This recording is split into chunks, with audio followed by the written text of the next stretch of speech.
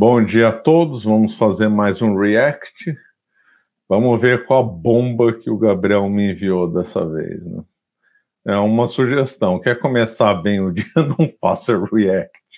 Infelizmente esse não vai ser o meu caso, né? Vamos lá. Do lado comunista, queria fugir de lá. Do lado comunista, eu imagino que deve estar falando da Alemanha Oriental, né? A Alemanha Oriental tem uma série de problemas, gente. A gente não pode dizer que o socialismo foi experimentado ao longo do século XX da mesma forma em todos os lugares. Isso é uma tremenda de uma ingenuidade, porque a gente está falando de sociedades brutalmente diferentes, que vêm de lugares diferentes, que atingiram essa etapa de maneira diferente, em momentos diferentes da história. Então, a Alemanha Oriental, ela era uma experiência socialista que não obteve esse caráter da mesma maneira, por exemplo, que a União Soviética, ou mesmo a Albânia, que era próxima. A União Soviética passou por uma revolução de uma organização gigantesca da classe trabalhadora. Eles se organizaram em partidos, em soviéticos, por isso que o nome é soviético, né? Soviéticos eram conselhos operários, que depois se transformaram em conselhos operários de operários, camponeses e soldados. Ou seja, a classe trabalhadora se organizou no campo, na cidade e com forças armadas. Eles fundaram a Guarda Vermelha, tomaram o estado de assalto, refundaram o exército, como o Exército Vermelho. A Alemanha tinha passado pela Segunda Guerra, a Alemanha estava destruída, a Alemanha tinha um problema sério, que a maior parte das pessoas que atuavam no estado eram nazistas, tá? Nazistas, e como a Alemanha Oriental e Berlim Oriental, né, porque Berlim foi uma disputa, se tornaram uma experiência socialista. Não foi através de uma revolução organizando a classe trabalhadora, mas foi através da implementação de uma república democrática. Foi de cima.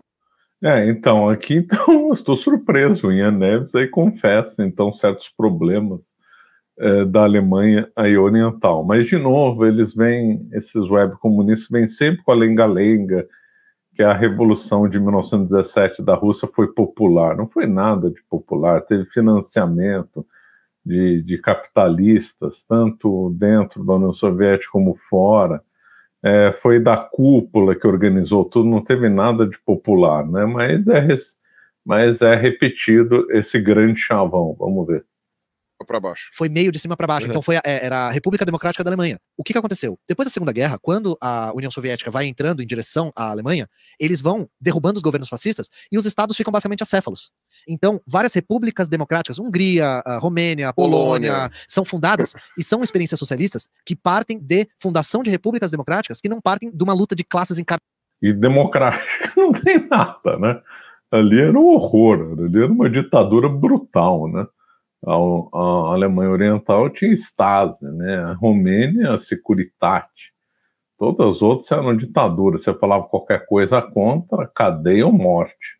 Organizada com a classe trabalhadora tomando esse estado com uma força gigantesca de um partido de vanguarda, sabe? É resultado da guerra. Era o resultado da guerra. Muito contrário, você tem uma população, me corrija se eu estiver enganado, você tem uma população famélica. Com certeza. Morreu metade da família, todo mundo destroçado, e o único jeito de você conseguir montar o país de novo é dando ordens.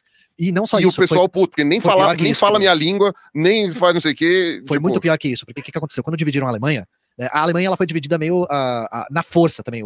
Os ex-aliados dividiram na força, só que do lado que ficou sob a administração da União Soviética, a coisa foi muito diferente. No lado dos aliados, se anistiou nazista pra cacete, começou um investimento, tipo um plano Marshall muito louco lá pra desenvolver. O que os soviéticos fizeram com o lado alemão? Eles expurgaram 70% do funcionalismo público. Tipo, o cara tinha, em 6 graus de ligação com o nazismo, o cara tava fora. Lá foi realmente depuração de verdade, demorou anos. Até porque ficava sem gente, né? Ficaram sem gente pra gerenciar o Estado, real. E uma coisa que isso a gente tem que falar pra falar da Alemanha Oriental. Os soviéticos não deixaram barato. Os soviéticos fizeram a Alemanha pagar pelo estrago. Então a Alemanha teve que pagar, porque os nazistas mataram mais de 22 milhões de eslavos, gente.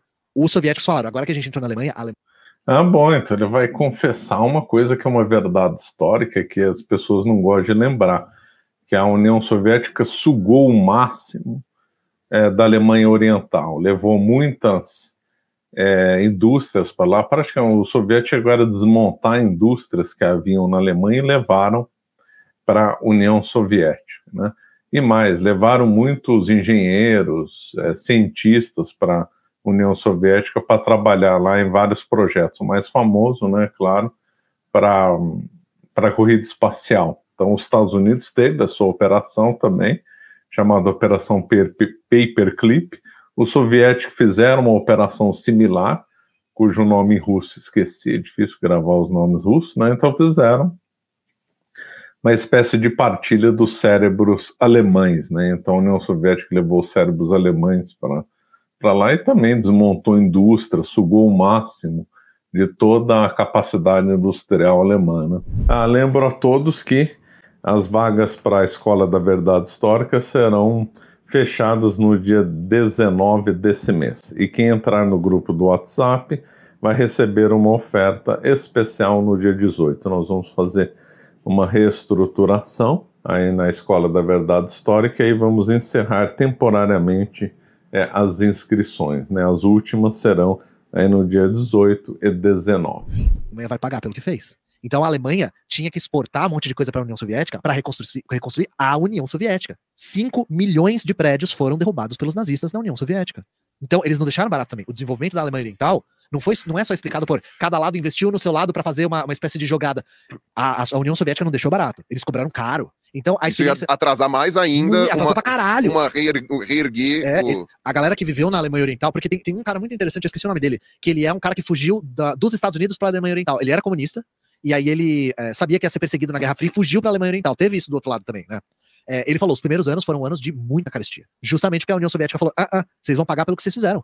Boa parte dessa população aqui apoiou o Partido Nazista e vai pagar pelo que fez. E a gente também tem muito... Então ele confessa então que a Alemanha Oriental era muito pobre logo depois do pós-guerra. A Alemanha Ocidental, ao contrário, teve uma ascensão econômica impressionante, conhecida como milagre econômico alemão, né? Então, a Alemanha Ocidental, por ter implantado o capitalismo, teve uma ascensão econômica realmente surpreendente, né? E a Alemanha ressurgiu das cinzas, né? A Alemanha Ocidental, por causa das reformas capitalistas, e a Alemanha Oriental, por causa do socialismo, ficou na miséria. Essa que é a verdade. O exemplo de Berlim, que é um exemplo bizarro também. Berlim, né? Uma cidade no meio do nada, dividida ao meio. Não, o lado ocidental virou uma ilha, né? Ficou um enclave ali no meio da Alemanha Oriental. A capital, o que eles fizeram? Os aliados cederam parte do território em troca de Berlim. Então, aí, caso vocês não saibam, Berlim passou quase 15 anos da fundação, né, da divisão, sem muro. Então, uma coisa que era muito comum, as pessoas viviam no lado oriental e trabalhavam no lado ocidental. O muro é erigido num momento muito particular da União Soviética. Caso vocês não saibam, a União Soviética passa por uma mudança de linha na década de 50. O Stalin morre em 53, em 53 a União Soviética dá um cavalo de pau e começa a entrar em marcha reacelerada. A restauração da propriedade privada, da economia de mercado começa nessa época. E esse período é o que a gente chama de revisionismo soviético. Os soviéticos entram numa linha muito, muito ruim, muito pobre, muito rebaixada. Foi a época do Khrushchev, né? Então o Stalin morreu, houve uma luta de poder. O Khrushchev saiu como vencedor dessa luta, surgiu aí como líder soviético e fez algumas reformas, não tantas assim, mas fez algumas reformas na União Soviética, período conhecido como desestalinização, né? Que foi bom, né?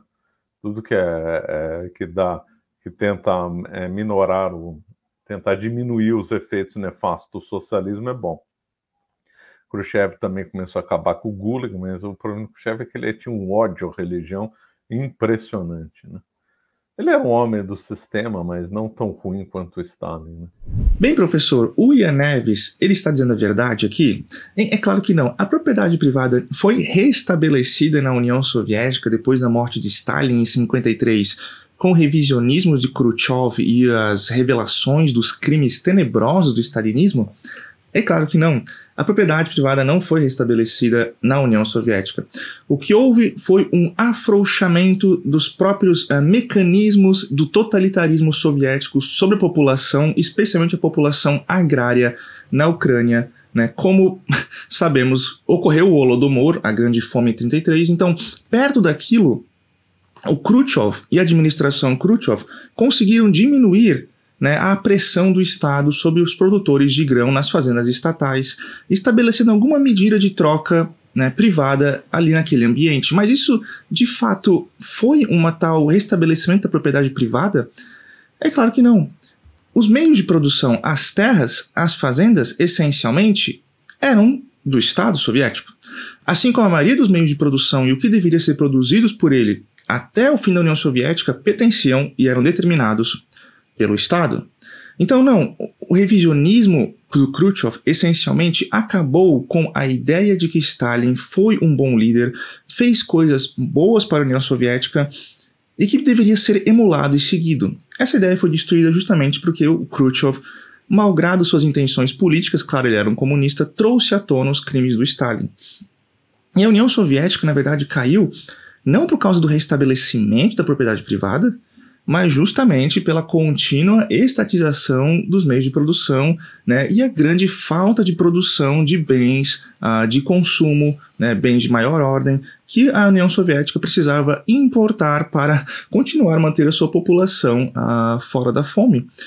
Tanto que nos anos 80, um famoso economista ganhador do Prêmio Nobel havia especulado que, dado como os dados estatísticas estavam indo, a União Soviética ia passar os Estados Unidos por volta do ano 2000 e se tornar a maior potência econômica do mundo. Não preciso nem dizer que o Nobel de Economia foi inútil para esse sujeito, na verdade. E por que isso aconteceu? Porque a União Soviética não tinha como manter os gastos estatais e competir na corrida bélica com os Estados Unidos. Os Estados Unidos podiam ter mais investimento no exército, né, em operações bélicas, justamente porque eles tinham um mercado privado muito mais pujante com o qual eles podiam taxar, e a União Soviética não. A União Soviética era sempre uma economia estatal, então eles precisavam, se forem colocar no exército, eles tinham que tirar previamente da produção econômica. Por isso que a União Soviética caiu, e não por causa do restabelecimento da propriedade privada, o que é uma grande besteira. Vai culminar, inclusive, na queda da União Soviética. Já a galera na década de 50 tá falando, isso aqui é o começo do fim. Profético, sabe? Por que resolveram fazer essa virada? Não foi uma escolha, foi uma questão, foi um resultado também da guerra. Durante a guerra, a mortandade na União Soviética foi brutal. Brutal. Sim. Então, a Foram União os que Soviética, mais perderam soldados, etc. infraestrutura. Por N e tal. questões, E porque os alemães, os nazistas, eles... A União Soviética perdeu na Segunda Guerra Mundial, acho que o dado oficial, acho que era 28 milhões, né? Um pouco mais, talvez um pouco menos, né?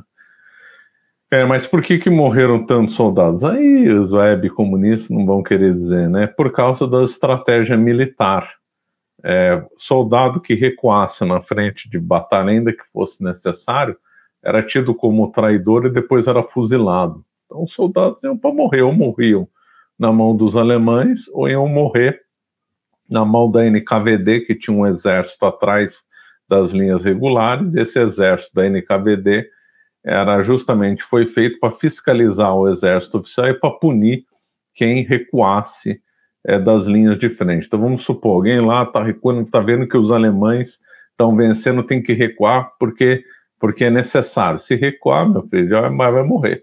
Então tinha hora que o coitado do soldado soviético tinha que escolher se ele vai morrer na mão dos alemães ou se ele vai morrer na mão da NKVD, né? Essa que é a verdade. Foi brutal. O Stalin tinha um profundo desprezo pela vida humana, não estava nem aí em poupar soldados, porque conforme a estratégia militar, você pode poupar vidas. O Stalin não estava nem aí, nem os generais do Stalin, nem o Konev, nem o Zhukov, estavam preocupados em formular estratégias que poupassem vidas, e daí teve essa grande mortandade, né? Eles não só entravam conquistando, eles entravam matando. Porque a ideia era o Lebensraum, era o espaço vital. Sim. Era limpar da raça ruim e ocupar com a raça boa. Por isso que o Mengele tinha uma obsessão com gêmeos. Porque ele queria povoar a terra. Então, isso é verdade. O espaço vital é brutal nazista, né? Uma coisa completamente satânica. De limpar boa parte das terras lá da Ucrânia e da Rússia, fazer assentamento de alemães e subjugar os eslavos, transformando-os numa classe de escravos, né? Então, os alemães foram brutais, né? Também fizeram execuções sumárias, perseguiram um monte de judeus na Ucrânia, né? Vários massacres de judeus na Ucrânia e massacres generalizados. Foi assim, uma coisa assim inacreditável, a maldade aí nessa Segunda Guerra Mundial. De alianças mais rápido possível, né? E aí a União Soviética perde muitos dos seus principais quadros comunistas, e um problema seríssimo que acontece é as forças armadas soviéticas começam a adquirir uma autonomia política que eles não tinham antes. Então o que acontece? Acontece um verdadeiro golpe militar na União Soviética em 56. Os militares adquirem autonomia e tomam poder com tanque na rua, gente. Com protesto, tá? Foi com brutalidade. A troca de linhas, cavalo de pau, foi um golpe das forças armadas que haviam adquirido autonomia depois do desenlace e da destruição da Segunda Guerra Mundial. É uma mistura de erro de formato da União Soviética com os resultados da brutalidade. Eu não sei por que não falou o nome do Khrushchev, né? Lógico que o Khrushchev teve apoio militar, né? Se não tivesse apoio militar, ele não conseguiria ter o poder lá na União Soviética. Da Segunda Guerra. A gente tem que aprender com essa experiência. Uma das coisas que a gente aprende é como lidar com forças armadas em experiências socialistas. Isso é uma coisa importante, sabe? Quando a gente tem essa troca de linha, aí eles começam a tratar a Alemanha Oriental e a Berlim Oriental de maneira diferente. Em 61 eles constroem o muro. Então a gente pode dizer que o muro é um resultado do próprio revisionismo. Sim. Que era uma União Soviética em declínio, que começou a tratar os países da sua zona de influência como periferia do sistema. Então era aquela coisa, se industrializava a União Soviética, Cuba exportava açúcar. E laranja. E laranja. Ruim. Eu conversei com um cara da Alemanha Oriental e ele falou que era horrível. Eu tô curioso aí, eu tô surpreso com essa análise aí do Ian Neves, né? Já falando de graves problemas na União Soviética, anos 50, anos 60, que a União Soviética se transformou então como a potência industrial e só queria que os outros produzissem matéria-prima para ela. Tô surpreso aí com essa análise do Ian Neves falando de problemas na União Soviética. As laranjas de Cuba. E E era o único isso. país tropical que, Era o único. que coisa, então era o único que dava pra Então, receber. de verdade, a União Soviética explorava Cuba. Porque a União Soviética nunca se. Essa União Soviética, a Revolução Cubana acontece depois do revisionismo começar a entrar em voga, né? Cuba. Olha, ele falou, a União Soviética explorou Cuba, hein? Surpreso. Na realidade, não foi bem assim também, porque a União Soviética, embora tenha essa realidade de obter matérias-primas que só tinham em Cuba, cana-de-açúcar, frutas tropicais, etc., Cuba foi muito beneficiada também por esse comércio, porque teve acesso a um petróleo subsidiado, né?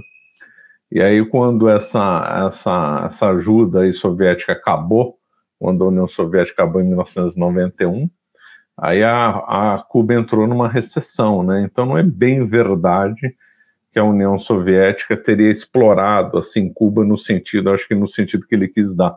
A exploração pode ter, não sei que grau que ele usou isso, mas do ponto de vista de Cuba, o socialismo de Cuba é um socialismo de fome, como todo o socialismo. Só que a União Soviética tinha interesse em manter Cuba, porque Cuba é lá próximo dos Estados Unidos, manter Cuba com algum mínimo de vida, né, de diminuir um pouco a fome que havia lá, dar algum recurso para Cuba. Isso era feito pelo petróleo. Então, o petróleo, de fato, era enviado para Cuba de modo subsidiado, com preço mais barato, com favores nas trocas comerciais. Tanto a prova disso é que quando acabou a União Soviética, Cuba entrou numa recessão, né? Bom, vamos lá. Cuba se alia à União Soviética por necessidade histórica, então eu não E os Estados Unidos deu uma banana pra ele. não tinha o que fazer, sabe? Eu acho que não foi um erro de Cuba, mas teve consequências. Foi uma falta de opção de Cuba. Total né? falta não de opção. teve jeito. A O Fidel consequência... tentou, aquela entrevista que ele dá em Washington lá, depois que ele ganhou a revolução lá, não sei o quê, que ele falou, nós somos inimigos, nós somos Isso logo em inimigos dos 59. Estados Unidos, não vamos falar com eles. Só que aí eles queriam, tipo, praticamente fuder tudo de novo. Eles falaram, não, que parte do vamos ter autonomia, vocês não entenderam. E aí eles forçaram a barra e a União Soviética Porque entrou... o Fidel... Não, essa história não é verdade. O povo também inventa cada um. Nossa, nada a ver. O Fidel Castro tinha o apoio de uma ampla coligação lá em Cuba, traiu, né, os apoiadores dessa coligação. Os Estados Unidos não tinha...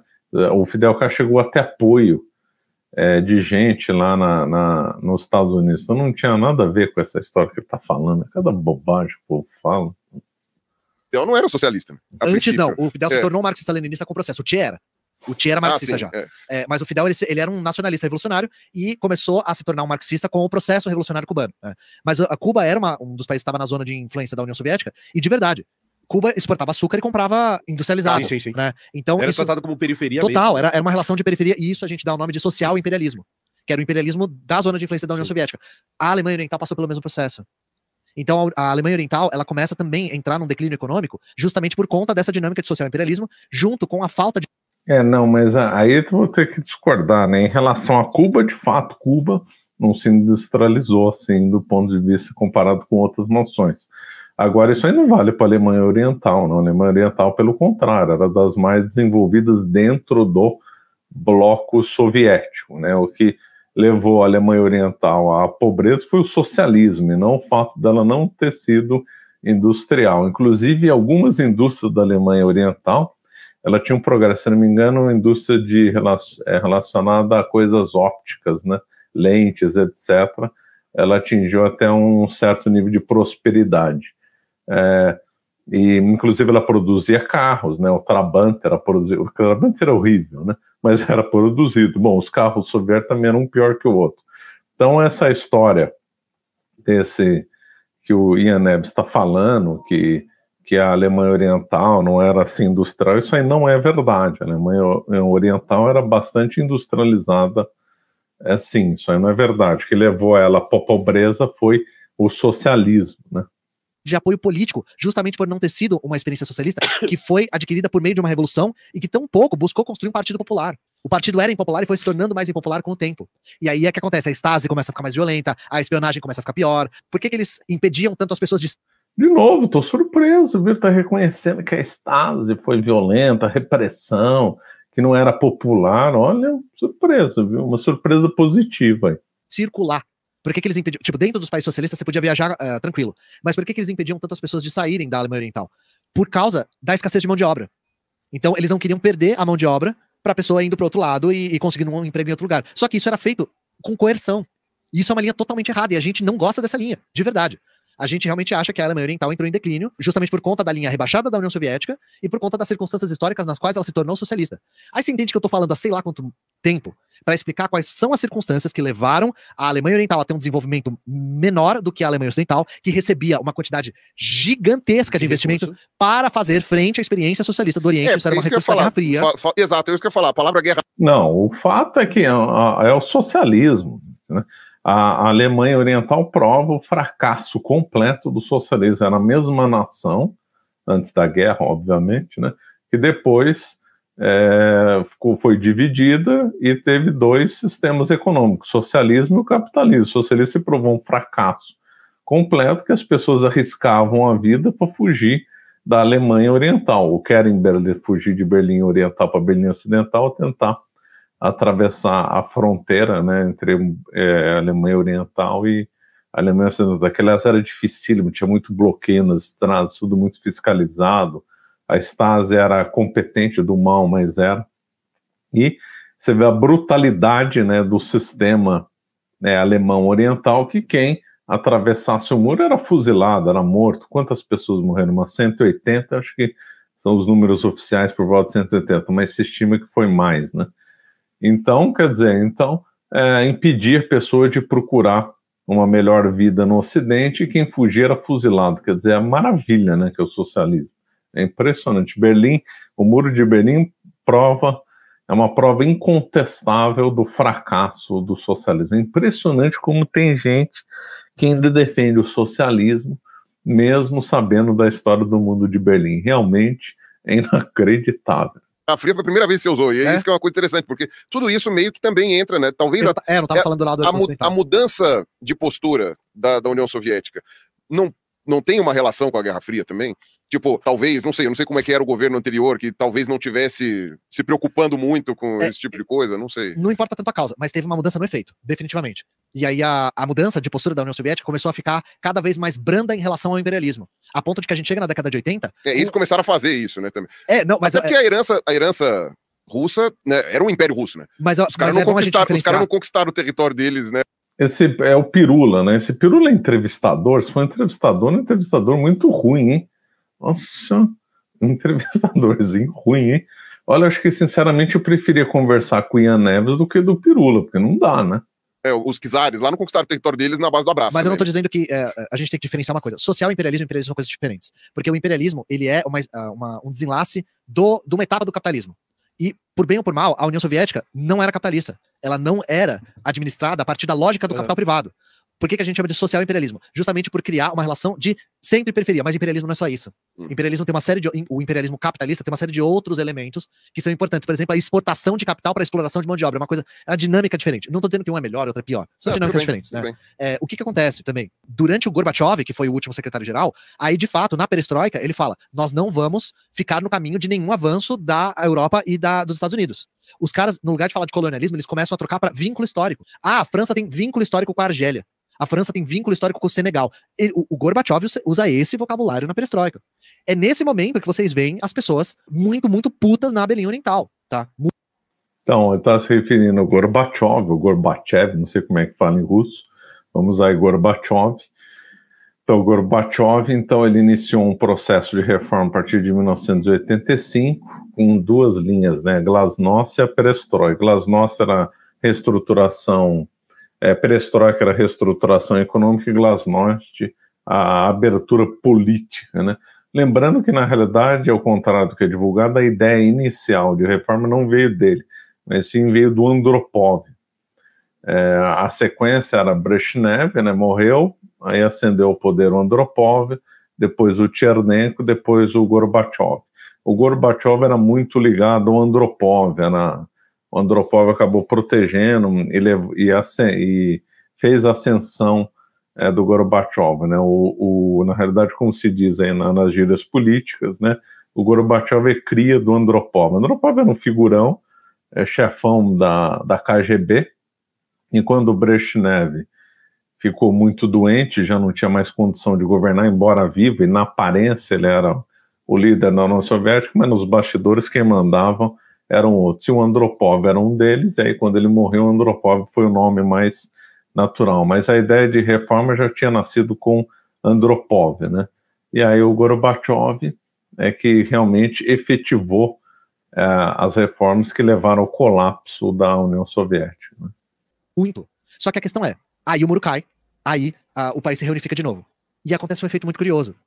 Claro que o país era menos desenvolvido. A gente está falando da União Soviética, que estava destruída, investindo num lugar, né, na zona de influência, e os Estados Unidos, que passou intocado na guerra. Os Estados Unidos não foi palco de guerra. Perdeu quase nada. Não perdeu nada, inclusive se tornou hegemon global por causa da destruição da guerra. Justamente por não ter Ele nem ia entrar na guerra. Então, ele entrou porque os japoneses bombardearam o Pearl Harbor lá, ele nem ia entrar, exato. ele ia ficar lá vendendo arma. Então a gente não pode equalizar as coisas, né? Não só a União Soviética estava destruída, como ela fez a Berlim Oriental pagar pelo que fez, sabe? Então, e aí a gente chega na década de 80, quando o muro cai, aí acontece uma coisa muito interessante. Mesmo com o socialismo muito rebaixado, tem certas coisas que a Alemanha Oriental conseguia fornecer que são impossíveis no capitalismo. Eu dou 2 exemplos, pleno emprego e plena moradia. De uma certa forma, na Alemanha Oriental, existia pleno emprego, não existia desemprego, ninguém estava desempregado, sabe? Mas esse era igual aquele o mesmo Albânia, que era próximo. A União Soviética passou... Era igual os dados estatísticos da União Soviética. Não tem desemprego, todo mundo moradia para pouco. Tudo uma lenga-lenga, que só existe esses números bonitos. Essas coisas bonitas só existem nos dados oficiais soviéticos, né? O que acontece? Eles começam a financiar movimentos neonazis. Essa é a palco de guerra. Perdeu quase nada. Não perdeu nada, inclusive se tornou hegemon global por causa... Fez a Berlim Oriental pagar pelo que fez, sabe? Então, e aí a gente chega na década de 80, quando o muro cai, aí acontece uma coisa muito interessante. Mesmo com o socialismo muito rebaixado, tem certas coisas que a Alemanha Oriental conseguia fornecer que são impossíveis no capitalismo. Eu dou 2 exemplos, pleno emprego e plena moradia. De uma certa forma, na Alemanha Oriental, existia pleno emprego, não existia desemprego, ninguém estava desempregado, sabe? E todo mundo tinha casa e casa barata, sabe? O que acontece? Meio que, eu tô sendo anedótico, mas a galera chega e fala assim, eu quero morar aqui, beleza, o aluguel é 80% do seu salário, cara. Como assim aluguel? O que é aluguel? O what is aluguel, sabe? E aí começa a rolar um efeito, pra mitigar o efeito das pessoas dizendo, nós queremos o socialismo, não o socialismo que era o da Berlim Oriental, da Alemanha Oriental, mas queremos o socialismo. Aí, o que acontece? Eles começam a financiar movimentos neonazis. Essa é a razão pela qual, na Alemanha Oriental, existe o maior número de organizações neonazis. Porque, para... Eles quem, né? Isso aí tá mal contado, né? Conter os movimentos que tinham boas memórias, ou que querem um socialismo que fosse diferente, né, mas que tinham vínculos já com o socialismo real e tal, para conter esses movimentos de trabalhadores, começa a se financiar a maior difusão da bomba socialista que existe na história, que é o fascismo. Mas, Ian, deixa eu fazer uma pergunta sincera contigo. O leste europeu hoje é onde mais tem nazista. Por essa razão. Ainda que você tenha muito nazista na Alemanha, não só oriental. Não, nem se compara com o leste europeu. Ainda que você tenha muito nazista na França, tipo, o leste europeu não se compara. A minha experiência é muito pequena nesse sentido, né? Quando eu fui pra Polônia, e talvez a Camila também tenha visto isso, né? Eu tava no processo de dessovietização da Polônia, no sentido de tirar as estátuas, né? Que nem fazer o Castelo Branco aqui, que não querem mais chamar Castelo Branco, tava tentando. Tirar a placa. Os caras estavam mudando o nome dos prédios públicos pra não ficar nada... Reabilitando nazista. Nada com o soviético. Essa parte eu não sabia, mas sim, enfim, eles estavam só fazendo esse tipo de coisa. Mas aí eu fico pensando uma coisa. Tipo assim, o comunismo, eu sei, em cada lugar que ele foi tentado, né, as experiências foram tentadas, cada um foi de um jeito. Mas a princípio o comunismo, até onde eu sei, ele é internacionalista, ele não é 100%, nacionalista. 100%. Só que quando você tem uma ingerência russa em cima da Polônia, por exemplo, de cima para baixo, como você falou, essas coisas todas, a população que não teve muita escolha tem a tendência de falar, esses caras nem polonês são. E isso não gera uma sensação nacionalista da própria população contra esse tipo de coisa. Por que eu tenho que aprender russo? Por que eu tenho que estar aqui com essa coisa? Por que o soviético... Ninguém tinha que aprender russo, tem esse detalhe, pelo menos. Mas era uma língua administrativa em vários aspectos e tal, não sei o quê. Né? Na Hungria também, quando eu fui pra Hungria, os caras falavam a mesma coisa também, enfim. Por que, assim, será que isso também não pode ter gerado uma facilidade para movimentos nacionalistas, que a gente sabe que o movimento nacionalista acaba flertando, né? Tipo, não gostamos dos soviéticos, somos nacionalistas. Opa, pera lá. Sabe, tipo, isso será que já também não dá uma adubada no tempo? Gostei desse ponto aí do Pirula, né? Gostei bastante, aliás, porque leva uma reflexão interessante. O Marx quando apresentou o seu projeto fracassado lá de história, sua ideia de revolução mundial, socialismo, comunismo, etc., ele imaginava um movimento mundial. Então, para Marx, as nações iam desaparecer. Então, o conceito de nacionalismo para Marx é oposto ao conceito que ele imaginou de socialismo ou comunismo. Então, ele achava que as nações eram frutos de superestruturas burguesas e tal. Quando viesse a Revolução Mundial Socialista, depois na sequência comunismo, iam desaparecer todas as nações. Então, o termo nacional-socialismo, a tentar fazer algum tipo de combinação entre nacionalismo e marxismo, na realidade é uma tese anti-marxista, né? O marxista clássico tem que ser contra o conceito de nação. O problema é que o conceito de nação é uma coisa natural do ser humano, uma coisa que não dá para lutar contra. Por isso que muitas pessoas, percebendo isso, principalmente no contexto da Primeira Guerra Mundial, desenvolveram o conceito de nacional-socialismo. O mais famoso deles foi o Mussolini, né, que desenvolveu uma vertente socialista, nacionalista na Itália, né. Também teve movimento nacional-socialista na Áustria, etc. Então, são conceitos opostos, mas como o ser humano tem essa coisa natural de pátria, de defender sua nação, seu país, então, por isso que o socialismo na forma do Marx também vai ser impossível, porque as nações não vão desaparecer. As pessoas vão continuar tendo estima pelos seus países, pela sua pátria, né? O único jeito do socialismo funcionar, e volto a dizer, contra as teses do Marx, é um nacional-socialismo.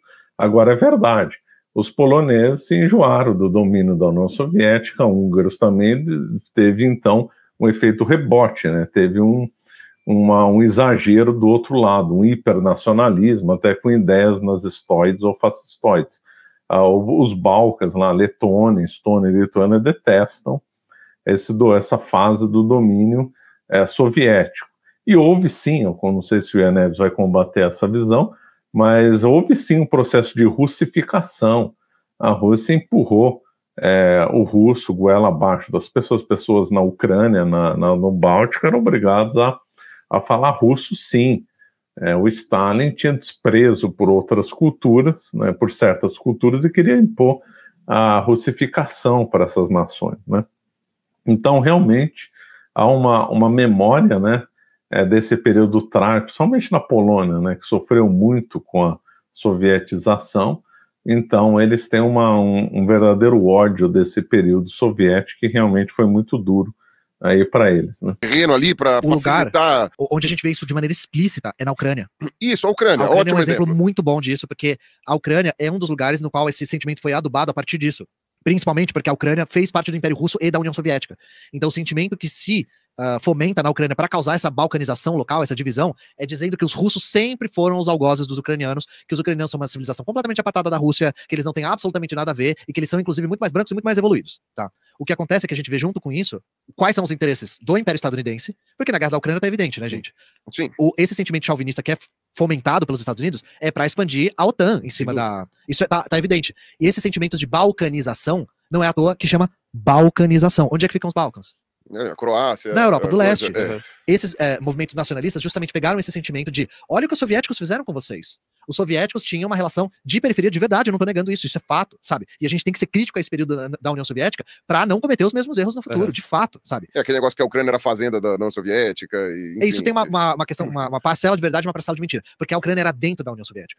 Porque ela fazia parte do Império Russo, né? Então ela tava. Ela era uma república separada. E depois... Só que são coisas diferentes. O modo de pertencimento no Império Russo, de regiões como Cazaquistão, Ucrânia e mesmo a Finlândia, era diferente do modo de pertencimento na União Soviética, né? Então vamos exemplificar. Então, o czar dava liberdades regionais para os povos. Então, vou pegar o exemplo que os web comunistas não gostam de lembrar, o Cazaquistão, por exemplo. Então, aquela região lá da Ásia Central, grosso modo a leste lá do Mar Cáspio, né, em direção à Mongólia, tudo lá Ásia Central. Então, aqueles povos tinham uma tradição nômade. o czar russo não se incomodava com isso. Então deixava lá o povo com as suas antigas tradições nômades, falando seus próprios idiomas, etc. Quando surgiu a União Soviética, foi imposto para os cazaques, né, para os povos da Ásia Central, a coletivização, ou seja, houve a coletivização forçada e extinção do nomadismo na região, e a obrigação de todo mundo aprender russo. Então, as liberdades regionais que as pessoas tinham, que os povos tinham no Império Russo, acabaram. Mesmo vale para a Finlândia, mesmo vale para a Ucrânia. Com o processo de sovietização, também houve um processo de uniformização e de russificação. Isso aí gerou uma revolta imensa aí na população que não havia no tempo dos czares. Então, o modo dominar é um sentido muito amplo. Você pode dominar respeitando o regionalismo ou dominar impondo uma uniformização. Então é diferente. Os czares dominavam, mas não respeitavam as liberdades regionais. E principalmente o Stalin era jogo duro, obedece ou morre, né? A Revolução, ela fez parte da União Soviética. O Bloco do Leste estava fora da União Soviética, estava na zona de influência da União Soviética. Pior ainda. Era outra relação, era bem diferente. Mas esse sentimento foi fomentado. Eu dou um exemplo. Já me perguntaram o seguinte: tá, eles tiveram socialismo por muito tempo, e aí por que depois que o capitalismo foi restaurado, essa população não se revoltou e queria a restauração do socialismo? Por que a gente não vê isso? Bom, isso aconteceu. E aconteceu muito. Eu dou exemplo em alguns países. A Albânia foi um país socialista muito interessante. Muito interessante. E na Albânia foi diferente, por exemplo, do que você falou na Hungria, na Polônia e na Alemanha Oriental. Na Albânia nós tivemos partido, nós tivemos organização das massas trabalhadoras. Veio de baixo para cima. A revolução foi feita pelos trabalhadores, camponeses, operários e soldados. Na Albânia, quando... De novo, vem a ilusão da revolta popular. Eu não acredito que ele vai elogiar a Albânia. A Albânia foi declarado, o Enver Hoxha, né, o grande líder lá albanês, proibiu a religião na Albânia, declarou a Albânia um estado ateu e mandou acabar com todas as igrejas. Foi absolutamente intolerante com a religião. Como ele era um paranoico, mandou construir um monte de bunkers espalhados pela nação inteira. Um horror de lugar. Um dos piores lugares para morar no mundo era a Albânia. Agora ele vai elogiar a Albânia. Inacreditável. O socialismo foi destruído, a população se revoltou muito. Muito. Na Albânia tinha protesto atrás de protesto atrás de protesto. E quando teve as primeiras eleições com muitos partidos, os comunistas ganharam de lavada. De lavada. Os comunistas deram um baile. O que aconteceu? O imperialismo entrou e usou uma coisa que é um método muito comum e que foi usado no Brasil. Esse partido é corrupto, rouba dinheiro. Ele foi aquela, invadiram, houve financiamento, não dá nome aos bois, não apresenta prova, nada, fica tudo. Os webcomunistas dizem, é a velha técnica stalinista, quando uma coisa não dá certo, é que houve uma conspiração, houve uma propaganda contra, houve infiltração. Nunca eles analisam, não deu certo porque era ruim, não deu certo porque o socialismo é um fracasso. Não, eles não conseguem ver o óbvio, né? Sempre tem alguma grande conspiração, alguma traição por trás. É a velha lenga-lenga stalinista, né? O público começou a usar a cartada da corrupção para que esses partidos para realmente abrir a brecha para tomar um golpe mesmo. Isso aconteceu em outro país do Bloco do Leste, que foi a Bulgária. Depois do fim do socialismo na Bulgária, os comunistas começaram a ganhar eleição atrás de eleição. E aí o Império falou o quê? A gente precisa conter isso aqui. Tá errado, vocês estão jogando o jogo errado. E aí, desculpa atrás de desculpa para dar golpe e derrubar as pessoas que tinham algum vínculo com esse passado. E uma das maneiras de fazer com que isso seja permanente é com esse sentimento chauvinista de... O que é o chauvinismo? Eu não tô explicando, né? O chauvinismo é um sentimento nacionalista que não é só meu país é grande, mas meu país é o melhor de todos. Uhum. Então o chauvinismo, ele fala assim, a pessoa que tá do lado de lá da fronteira é inferior a mim. Aqui é muito melhor. Existe chauvinismo brasileiro contra bolivianos. Os brasileiros são muito mais evoluídos. E existe chauvinismo do Stalin, né? O Stalin achava os russos superiores a todos os russos. O Stalin não era russo, né? Ele era georgiano, mas ele impôs a russificação. O Stalin tinha aversão aos poloneses também, né? Então havia um chauvinismo na Rússia, assim, né? Então havia um preconceito na União Soviética contra povos não russos. Que os bolivianos. Os bolivianos são selvagens. O chauvinismo existe nos Estados Unidos contra mexicanos. O chauvinismo é esse... Até contra canadense. Pior que sim. O chauvinismo é esse sentimento nacionalista, que é quase etnonacionalista. Uhum. É um sentimento de minha nação é a melhor de todas e ela deve ser separada por ser melhor de todas. Sim. E nós devemos impedir o estrangeiro de entrar em contato com a gente. O que isso estimula? Estimula rixas locais que são aproveitadas pelo imperialismo para entrar rasgando. E isso aconteceu na Ucrânia, é um exemplo, nossa, explícito, assim, tanto que deu em guerra, né? Então, novamente, uma resposta, mas porque eu quis dar uma resposta qualificada, eu dei uma volta do cacete. Vou dar uma dica pra pessoa que perguntou. Se você não conhece o canal Filosofia Vermelha, do camarada Glauber Ataíde, o camarada Glauber Ataíde mora na Alemanha. Ele é um marxista-leninista, um grande camarada, ele é doutor em filosofia. Espero que o Gabriel não tenha ouvido essa parte. Só falta ele sugerir eu fazer react desse novo canal aí. Aí eu tô perdido. E ele fala muito sobre a realidade da Alemanha Oriental. Ele entrevista pessoas que moraram lá, ele estudou lá, ele tem acesso inclusive aos documentos no original. Então, se você quiser ver um balanço crítico da Alemanha Oriental, o canal do Glauber Ataíde Filosofia Vermelha é o melhor que tem. E só mais uma evidência anedótica, é muito engraçado quando você vai conversar com esses caras que moraram nesses países. O meu irmão mora em Zagreb, você vai perguntar pra população de lá, eles falam assim, e aí, era melhor antes ou agora? Aí ele assim, agora é muito melhor. Não, mas agora você paga aluguel. Ele não, antes eu tinha casa, mas agora é muito melhor. Você fica assim, ó, cara, o que você tá falando? Não, mas agora se eu quiser ter uma casa melhor, eu posso ter. Não, mas você não tem casa. Antes você tinha casa.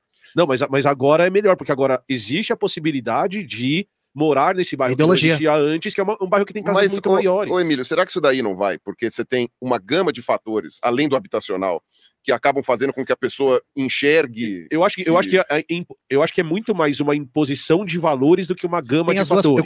Não, é que as pessoas perceberam que em ambiente capitalista você pode progredir na vida, você pode economizar dinheiro, comprar uma casa melhor, viajar, ter liberdades. E no socialismo é aquele horror uniforme, aquela coisa horrorosa que você não consegue progredir na vida, fica sufocado pelo sistema, né? Tem duas coisas. Existiu sim muitos problemas que as pessoas sentiram. Sim, sem dúvida. Mas existe também, há 30 anos, um domínio ideológico que é monotonal, sabe? As pessoas há 30 anos estão só consumindo a ideia de que nós chegamos no fim da história e agora o liberalismo econômico vai emancipar a humanidade e vai promover todo o desenvolvimento. O termo do fim da história é do Fukuyama, né? Ele escreveu um livro sobre isso logo depois do fim da União Soviética, mas a tese dele foi por água abaixo, né? Que história é essa de fim de história?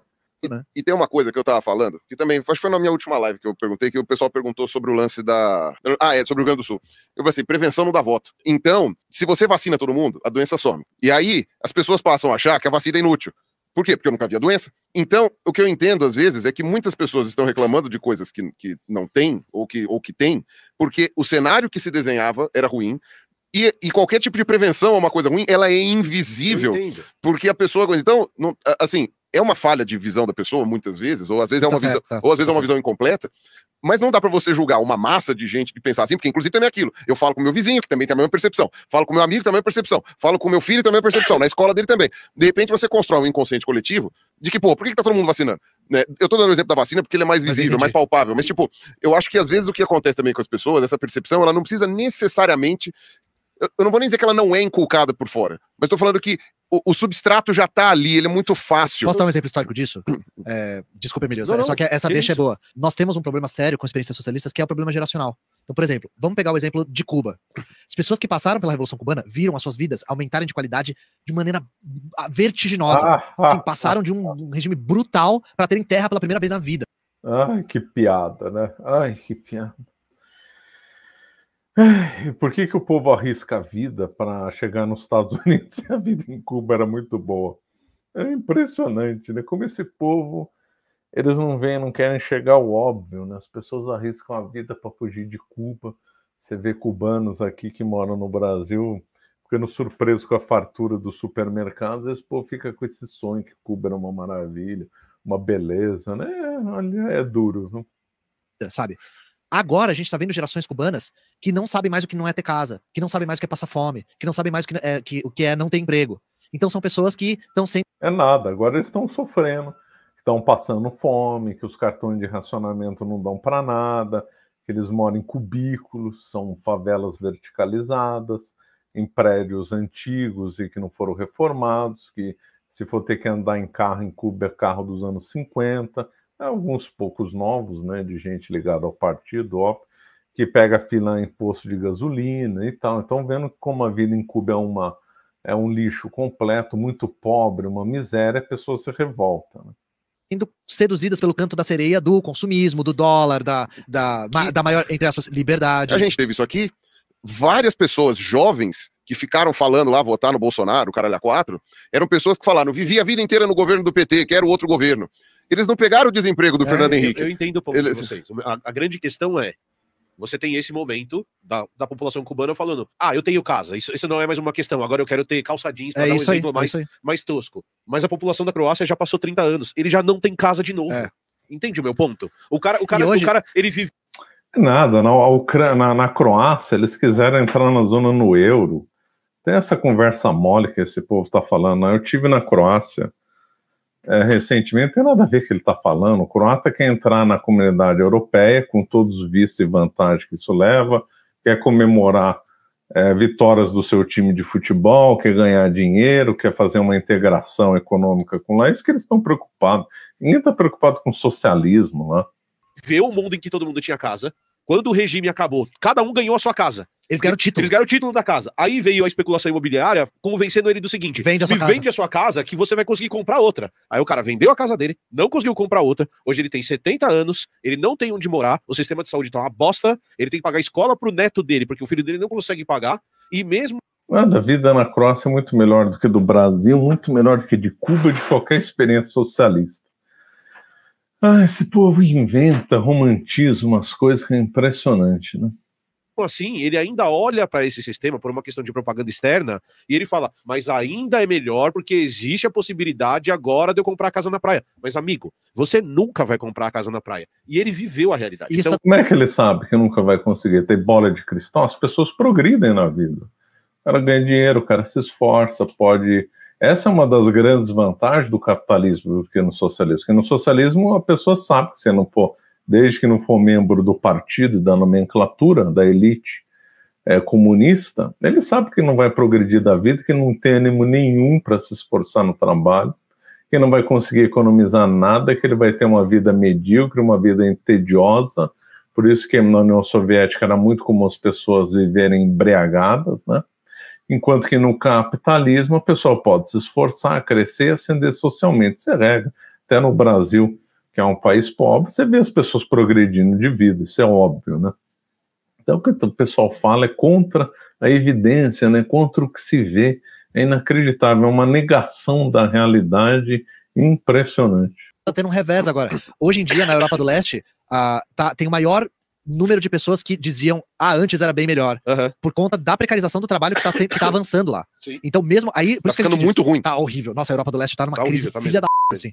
E... Isso a gente fala isso. O pior dos socialismos é melhor do que o melhor dos capitalismos. Porque justamente o melhor dos capitalismos gera... Eu acho que esse povo aí devia ser piadista, né? Devia ter um... Como é que chama aquele negócio? Me fugiu o nome. Aqueles comediantes que alugam um espaço e começam a falar um monte de anedota. Eles deveriam virar isso, né? Você me deu um branco o nome desse tipo de comédia.